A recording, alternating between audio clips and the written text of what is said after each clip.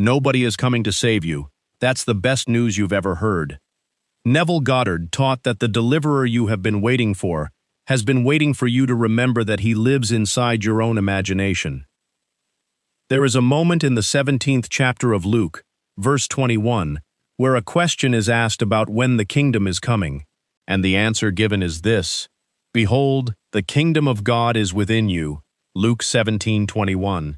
And Neville Goddard read that not as a comment about a place in the sky or a day far off on a calendar, but as the most intimate secret ever spoken to man, that the power to change your life, to heal your body, to open the door that seemed locked, does not live in a temple across the sea or in the hands of another person who might rescue you someday.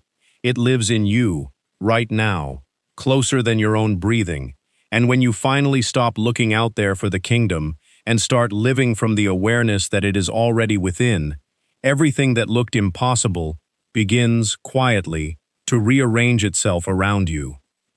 Say it with me. I am the source of my own deliverance. I am safe inside the assumption I choose.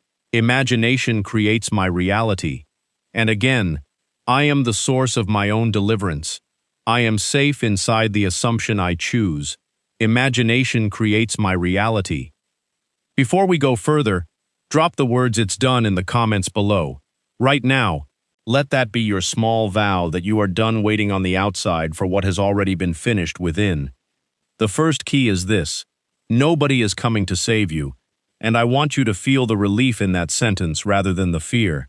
Because for years you may have looked for the right person, the right circumstance, the lucky break, the phone call that changes everything, and it never came the way you pictured it, not because the universe forgot you, but because you were handing your power to something outside yourself that was never built to carry it. Think of the person who has spent years waiting for a certain relative to finally apologize, waiting for a manager to finally notice the extra effort, waiting for a stranger to walk through the door and change the whole shape of a Tuesday. The waiting itself becomes a kind of quiet exile, because every day spent looking outward for rescue is a day spent standing outside the one place where rescue actually lives.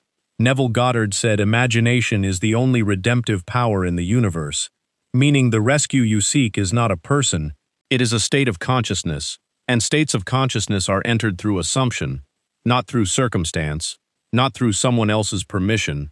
Picture a woman lying awake at night, rehearsing the phone call she hopes will come tomorrow, the one where she is finally offered the position, finally told yes, finally told she is safe.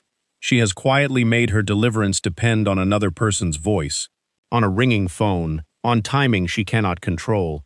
But the moment she turns that same attention inward, imagining not the phone ringing but the feeling of already having the position, already being safe, already being chosen, the waiting stops, because she is no longer asking to be saved, she is assuming she already has been. This is the quiet reversal Neville pointed to again and again. Not effort, not striving, not convincing anyone of anything, simply turning inward to the one place the deliverer was hiding all along. So the next time you catch yourself scanning the horizon, checking the phone, watching the door, waiting for someone to arrive and finally make things right, let that very noticing be the signal to come home to yourself instead. Because the moment you stop searching out there for a savior and turn quietly inward, you discover the savior was assumed to be absent only because you never went looking within. So speak this decree with me: I stop waiting, I start imagining, and again, I stop waiting, I start imagining. The second key is this: I am is the only true name of God, and it is also your name. When Moses asked, "Who shall I say sent me?" the voice answered, "I am that I am."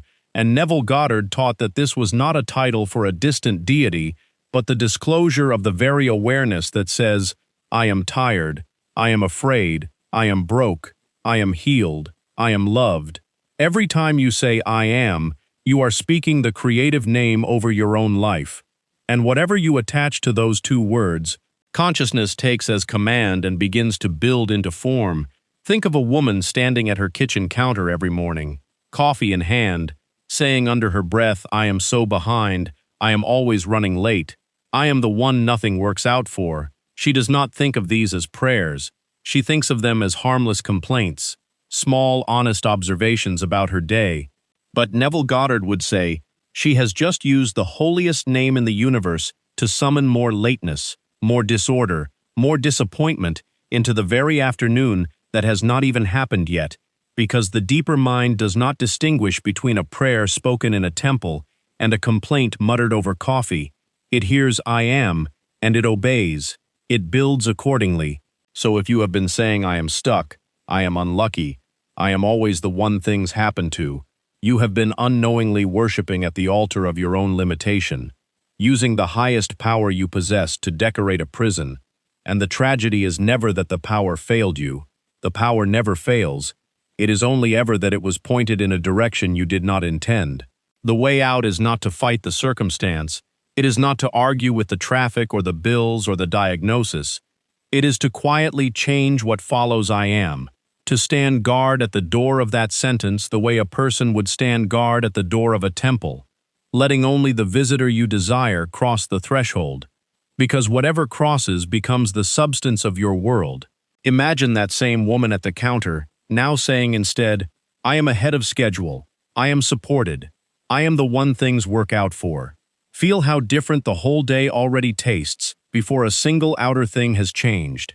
That taste, that quiet inward shift, is the actual beginning of the new circumstance, long before it appears in the kitchen calendar or the bank account. So speak this decree with me: I am the awareness I choose to be, and again, I am the awareness I choose to be.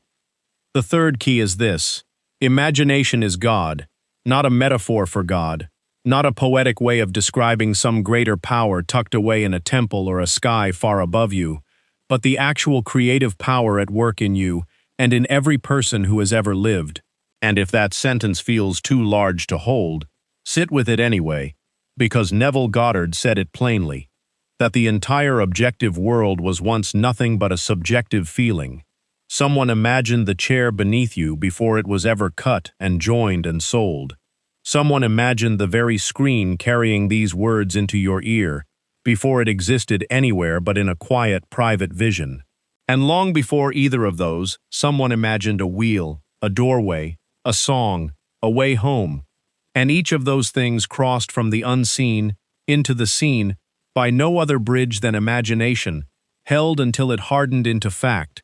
Think of John's Gospel, where it is written, "In the beginning was the Word, and the Word was God." And Neville read the word not as a sound but as the image, the imagined thing, conceived first in consciousness before it is ever spoken into shape, because a word is only useful once you have first pictured what it points to. So the word was God because imagining is the godhood in you, and here is where it becomes personal rather than philosophical. Picture a woman sitting at her kitchen table with an unpaid bill in front of her. She has two choices in that ordinary moment. She can stare at the paper and let it dictate what she is allowed to feel, or she can close her eyes right there at the table and quietly imagine the relief of that same bill stamped paid. Imagine her own hand filing away the receipt. Imagine the small, satisfied breath she would let out. And Neville taught that in that instant she is not lying to herself and she is not performing wishful thinking. She is doing the most practical, most sober thing a human being can do. She is using the one power that has built every object and every circumstance the human race has ever known. There is no small miracle and no large miracle to the power that makes all things. There is simply imagining, held with feeling, until it stops being imagined and becomes furniture in the room of fact. And consider how strange it is that this same woman would never doubt that the chair beneath her was once only a thought in someone's mind.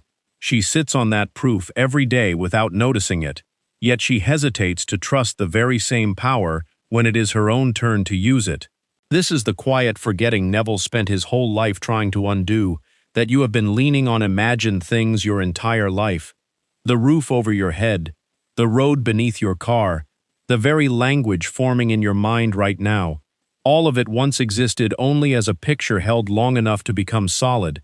So when you catch yourself thinking imagining is somehow lesser than doing, remember that every doing you have ever trusted was itself born from an imagining someone else was brave enough to hold on to.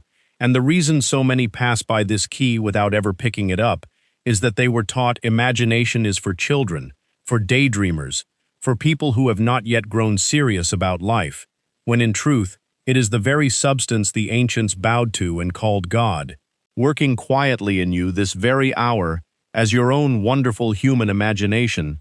Think again of that same woman at her table, only now imagine her doing this nightly, not once in a moment of desperation but faithfully, the way someone waters a seed they cannot yet see beneath the soil. She does not dig it up each morning to check on its progress. She simply keeps watering, keeps imagining the bill paid, the account full, the relief settled in her chest, trusting that the unseen work is proceeding exactly as it should. And this is the posture the third key asks of you, not frantic hoping but calm, steady authorship. So when you sit down tonight and picture the letter that says yes, the report that says healed, the room full of people glad to see you home, you are not escaping your life. You are legislating it. You are doing precisely what every builder, every parent, every inventor, every ordinary soul who ever changed the shape of their own days has quietly done before you. So speak this decree with me. My imagination is the God that shapes my life. And again, my imagination is the God that shapes my life. The fourth key is this. Feeling is the secret. Neville Goddard wrote an entire small book by that very name, because he knew that the mind alone does not move consciousness, only feeling does. You can know the truth in your head for years and stay exactly where you are, because knowledge without feeling is a sermon nobody attends. But the moment you feel yourself already in possession of the wish, already loved, already well, already free, something ignites that no amount of correct thinking could ever ignite. Let me give you a picture of this. Imagine a woman sitting at her kitchen table late at night, staring at a stack of unpaid bills. She has read every book on positive thinking. She can recite the right words. She tells herself out loud that abundance is her nature. And yet nothing in her chest agrees with what her mouth is saying, so nothing moves. Then one evening she stops reciting and instead closes her eyes and imagines the actual moment of relief. She feels the envelope already marked paid in her hand. She feels her shoulders drop. She feels the specific lightness of walking to her mailbox and finding only good news. She is not thinking about being free from debt. She is feeling free from debt, and that is the whole difference between a wish that stays a wish and a wish that becomes a fact. Think of the difference between reading a description of a warm fire on a cold night and actually sitting beside one. One is information, the other is experience. And only experience changes your state, the subconscious mind. Neville taught, cannot tell the difference between an experience lived in the flesh and one lived vividly in imagination. It simply responds to what is felt as real. This is why two people can say the exact same affirmation, word for word, and one remains stuck while the other is transformed, because one was merely speaking and the other was feeling. So when you imagine the scene of your fulfilled desire, do not simply picture it like a photograph on a wall. Step inside it, feel the temperature of the room, hear the specific tone of the voice that would speak to you if it were true right now. Notice the small physical sensations, the exhale, the warmth in your face, the ease in your hands, because these small true feelings are what convince the deeper mind that this is no longer pretend. Once a feeling is impressed deeply enough, held long enough, it must, by the very law of consciousness, express itself outwardly. The outer world has no choice but to rearrange itself to match a feeling that has become settled and natural within you. This is why Neville said, assume the feeling of the wish fulfilled, not think about the wish, not hope for the wish. Assume the feeling, live from it, breathe from it, let it be as ordinary to you as your own name, and let the outer world catch up to what has already become real within. So speak this decree with me. I assume the feeling now, and the world must follow. And again, I assume the feeling now, and the world must follow. The fifth key is living in the end, and this is where so many people, sincere and hopeful, quietly fall away from the practice because they imagine the wish fulfilled once, feel a flicker of relief, and then spend the rest of the day observing the unchanged conditions around them and drawing the conclusion that nothing worked. But Neville Goddard taught that living in the end means you take up permanent residence in the assumption, not a visit, not a vacation, an actual change of address for your consciousness. Think of a person moving to a new city. They do not drive there for an afternoon and drive home and wonder why their mail still arrives at the old house. They pack up. They leave the old address behind entirely. And this is what living in the end requires of you. You must be willing to leave the current facts standing exactly as they are, unremarked upon, unargued with while you rehearse the conversations, the atmosphere, the small, satisfying details of the world where your wish is already history, already old news, already settled. Let me give you a small, ordinary picture of this. Imagine a woman waiting to hear about a house she has fallen in love with. The seller is undecided, the paperwork is stalled, and every rational signal says wait and see. But instead of waiting and seeing, she goes home and walks through the empty rooms in her imagination as though the keys are already hers. She feels the particular sound her own footsteps make on that specific floor. She opens a cupboard that is not yet hers, and it already feels like it is. She stands at the window and watches an imagined evening settle over a street that does not yet belong to her. And she does this quietly, night after night, not as a wish but as a memory of something already true. She is not checking her phone for news every hour, because a person who already owns the house does not anxiously await word that she owns the house. She is simply living there. This is what Neville meant when he said the end is where we begin, because in the realm of imagination, the end of the story is available to you before the middle has even resolved itself. Most people have this backwards. They think the phone call must come first, and then they will finally feel settled. But consciousness works the other way entirely. The feeling of settledness comes first, held steadily, faithfully, without needing the outer world's permission. And it is that very feeling, occupied long enough, that presses the middle of the story into alignment with the end you have already chosen. So when the facts of your day seem to argue against you, when the bank balance says one thing and the diagnosis says another, and the silence from someone you love says a third, you are not being asked to deny what you see. You are being asked to withdraw your rent from that address and stop paying attention there, and to instead walk, in feeling, through the rooms of the wish already granted. So speak this decree with me. I live from the end, and the middle rearranges itself to meet me. And again, I live from the end, and the middle rearranges itself to meet me. The sixth key is that you are not your state. You move into and out of states the way a person moves through the rooms of a house. And this single distinction, once it is truly understood, quietly dissolves a lifetime of identifying with pain. Neville Goddard taught that a state is simply a pattern of thought and feeling that consciousness enters. Anger is a state, poverty is a state, sickness is a state, and so is joy, so is abundance, so is health. None of these belong to you permanently. None of them are your identity. They are rooms you have been in, sometimes rooms you have lived in so long you forgot there was a door. But there is always a door, because I am. The awareness that is you never actually becomes the state. It only visits it. This is why two people can face the exact same circumstance, the same diagnosis, the same financial pressure, and one collapses into despair, while the other rises into a strange, unreasonable peace. They are not experiencing different facts. They are standing in different rooms of consciousness. Think of a man who wakes on a Monday morning already rehearsing the argument he expects to have with his employer. He showers in that state. He eats breakfast in that state. He drives to work rehearsing lines of defense for a battle that has not even begun. And by the time he arrives, he has so thoroughly furnished the room called conflict that he practically drags his employer into it with him. The meeting that follows only confirms what he already decorated in advance. Now imagine the same man, before leaving the house, pausing for 3 quiet minutes, and instead of rehearsing the fight, he imagines the handshake of agreement. He feels the relief of being heard. He hears in advance the calm and reasonable tone he wishes to receive. He has not changed a single outer fact yet, but he has changed his address. He has walked out of one room and into another before the day even properly started. And Neville said this is the entire secret of what looks like luck or charm in certain people. They are simply more practiced at leaving rooms. Most people think character is fixed, that the anxious person will always be anxious, that the person who always attracts disrespect must simply have bad luck with people.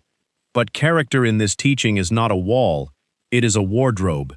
You are not the coat you happen to be wearing this morning. You are the one who opens the wardrobe and chooses. This is why Neville said the whole aim of a disciplined imagination is to become skilled at leaving rooms you no longer wish to occupy. Not by fighting the room, not by boarding up the door and insisting it does not exist, not by arguing with the cold the way a person might stand shivering in a doorway complaining about the temperature instead of walking further into the house, but by simply, quietly, feeling your way toward the state that already contains what you desire, and trusting that feeling more than the evidence of the room you are presently standing in. Think of how effortlessly you leave a cold room for a warm one, once you are truly convinced the warm one is real and only a few steps away. You do not negotiate with the cold.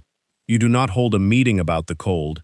You simply walk. This is the discipline being asked of you here, to stop negotiating with the state you are in and start walking, in feeling, toward the state you choose. And because you are never actually fused to any state, this walking is always available to you, in this very moment, regardless of how long you have lived in the room called lack, or the room called fear, or the room called not enough. The door has been standing open behind you this entire time, quietly, patiently, waiting for you to remember it was never locked. So speak this decree with me. I am not my state. I am the one who moves between them. And again, I am not my state. I am the one who moves between them. The seventh key is that everyone is you pushed out, one of the boldest things Neville Goddard ever taught, and one that quietly reorganizes how you see every relationship in your life. He said the world and all its inhabitants are the props and personalities your own consciousness has pushed outward to reveal itself to itself. So the critical boss, the distant parent, the friend who never calls back, none of these are separate dramas happening to you by accident. They are dramatized reflections of assumptions you are holding, often assumptions you did not even know you were holding. And this is not meant to make you feel guilty. It is meant to make you feel free. Because if the coldness you keep meeting in others is a mirror of an inner assumption, then you do not have to spend your life trying to manage, convince, or fix people out there. You can go to the root, which is always within. Picture something as ordinary as a manager at work who seems to overlook you in every meeting, never quite calling on you, never quite acknowledging what you bring to the table. Most people would spend months trying to speak louder, work harder, position themselves differently in the room, hoping the outer behavior of that other person will finally shift. But Neville Goddard would ask you a different question entirely. What have you been assuming quietly about your own value in that room? What have you been saying inwardly about being overlooked, being unseen, being passed by? Because that manager, in this teaching, is not really the author of the story. They are an actor reciting lines that your own unexamined assumption wrote for them long before the meeting ever began. So the real work is never across the table, it is within. Neville often told the story of revising a scene. Imagine someone has spoken harshly to you. Instead of carrying that scene forward into resentment, replaying it all evening, feeding it with retelling until it grows into a grudge, you sit quietly afterward and you rebuild the scene differently in imagination. You hear them speak kindly instead. You feel the relief of that kinder exchange as though it truly happened exactly that way. And he taught that this revision does not merely soothe you in the moment, it actually alters the pattern between you and that person going forward, because you have changed the very assumption that was projecting the behavior in the first place. This is what it means to say, everyone is you, pushed out. The outer world is endlessly responsive to the state you occupy within, not to the words you argue or the effort you exert. So the coworker who suddenly softens, the family member who unexpectedly reaches out after years of silence, the stranger who is unexpectedly kind on a hard day. These are not coincidences. They are the world doing what it has always quietly done, mirroring back the assumption you have been faithfully holding within. Think also of how a mother who assumes her grown child is capable and strong tends to meet a child who rises to that very capability, while a mother who assumes fragility everywhere tends to meet fragility everywhere she looks. The child has not changed. The mirror has simply been given a different face to show, and once you see this clearly, you stop trying to rearrange the furniture of other people's behavior, and you go instead to rearrange the only room you ever actually had power over, the room of your own assumption. You stop pleading with mirrors, and you start attending, quietly and faithfully, to the one who stands before the mirror. So speak this decree with me: the world softens because I have already softened within. And again, the world softens because I have already softened within. The eighth key is revision, and Neville Goddard called it the sculptor's chisel of the imaginative life.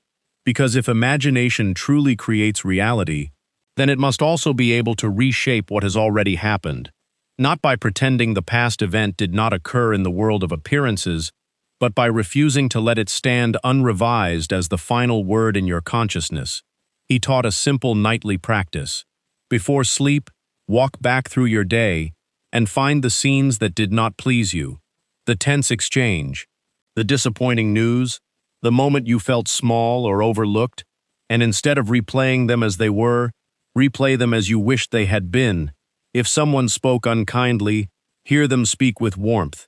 If you missed an opportunity, imagine yourself confidently seizing it. If your body felt unwell in a moment of the day, imagine that same moment with vitality and ease instead. Let me give you a small, ordinary picture of this so you can feel how simple it truly is. Imagine a woman comes home from work replaying a meeting where her idea was dismissed with a curt wave of the hand.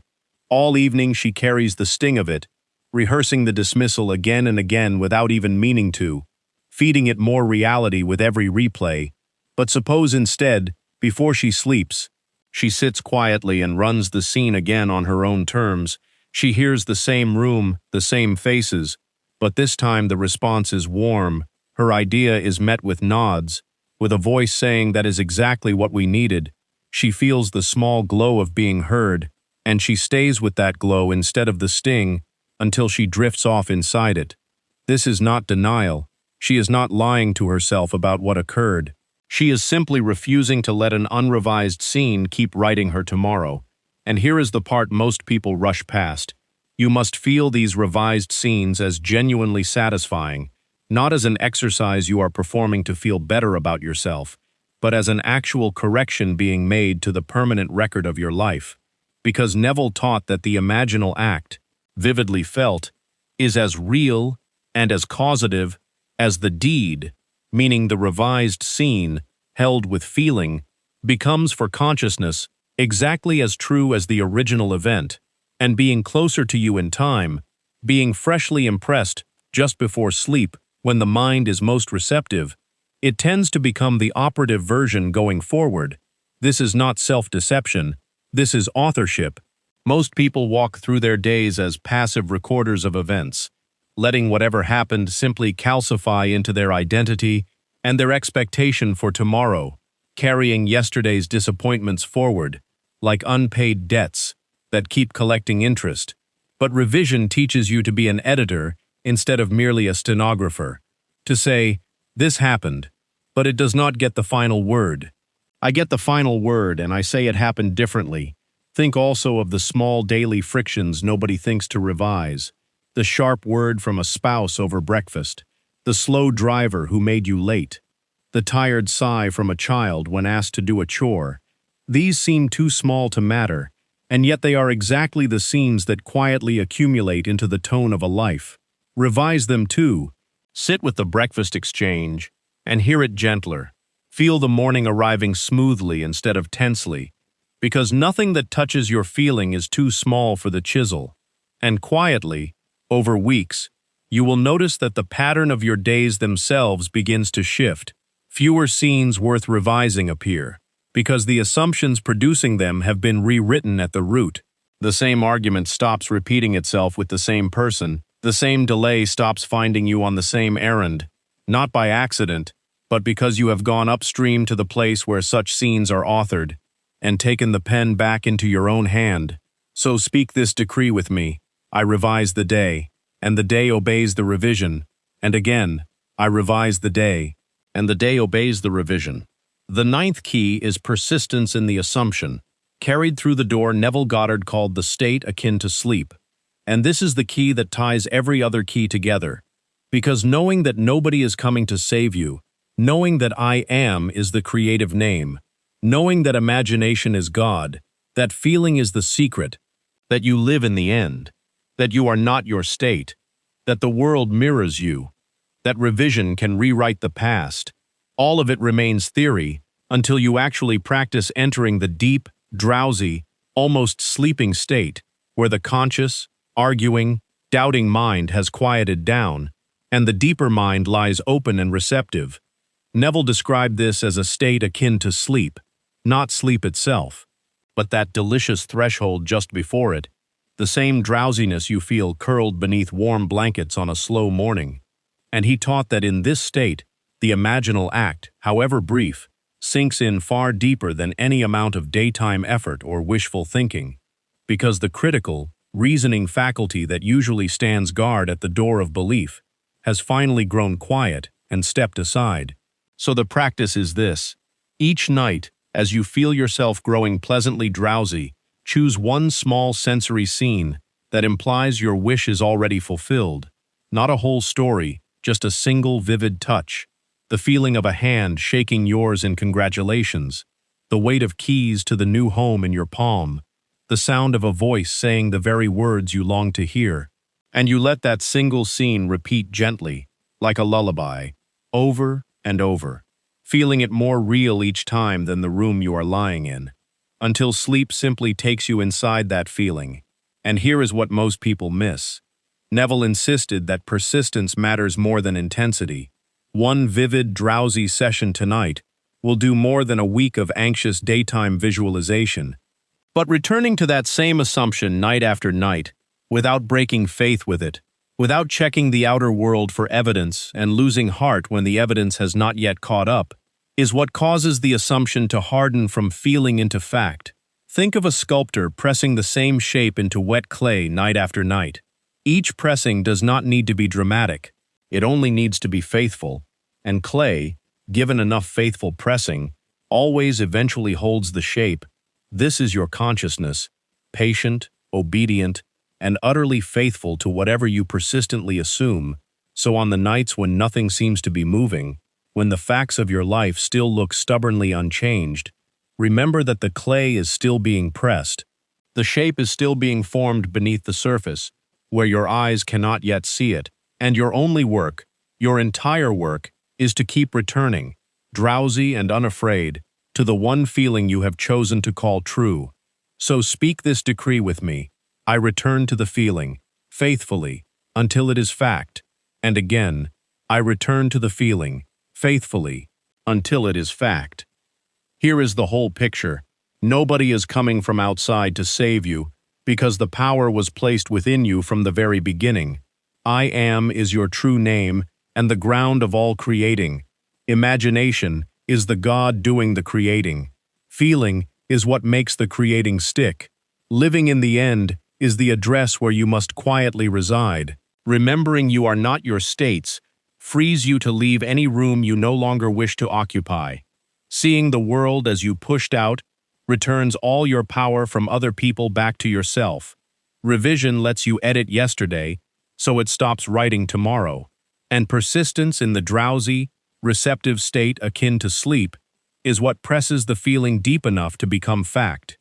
One continuous, unbroken chain from awareness to imagining, to feeling, to becoming. If what you have felt today has stirred something in you, something that says you are ready to stop visiting these truths occasionally and start living inside them daily, I want to personally invite you into the 21-day reality shift, a guided journey built for exactly this: 21 days of learning to assume the feeling of the wish fulfilled, to live in the end without wavering, to revise your days and press your desires into the receptive stillness of the state akin to sleep. until living this way stops feeling like an exercise and simply becomes who you are. The link is waiting for you below, and I would love to walk these 21 days with you.